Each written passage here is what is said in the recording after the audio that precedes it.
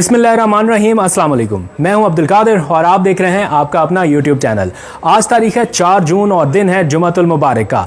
इस वक्त मैं किसी बाग में नहीं हूं बल्कि कन्वेंशन सेंटर में मौजूद हूं। कल का दिन पाकिस्तान के लिए बहुत ही अहम और बड़ा दिन होने जा रहा है। एक प्राउड मोमेंट है पाकिस्तानियों के लिए। एक नज़र यहाँ पर देखिए, a greening Pakistan proudly host world environment day 2021। ये मुल्क की तारीख में पहली बार ऐसा हो रहा है कि वज़ीर आज़म इमरान खान और पाकिस्तान को वर्ल्ड एनवायरनमेंट डे की मेज़बानी मिली है।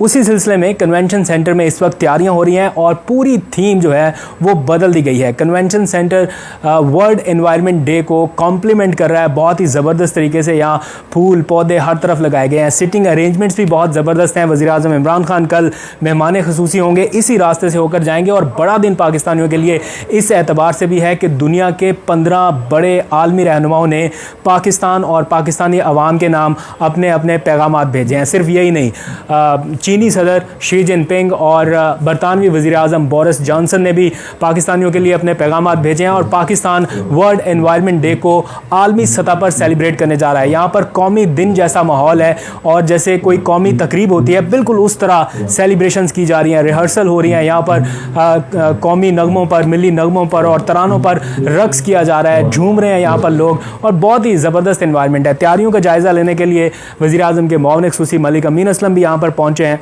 स्टेज के ऊपर क्या माहौल है, बैक एंड पे क्या हो रहा है, इस तकरीब को ना सिर्फ पाकिस्तान बल्कि दुनिया भर में ब्रॉडकास्ट करने के लिए भी ख़ुसूसी इक़दाम किए जा रहे हैं। और ना सिर्फ कौमी मीडिया बल्कि आलमी मीडिया, सोशल मीडिया और जितने भी मुल्की कौमी ज़राए अबलाग हैं उन तमाम वसाइल को इस्तेमाल करते हुए इस नशरियात को ब्रॉडकास्ट किया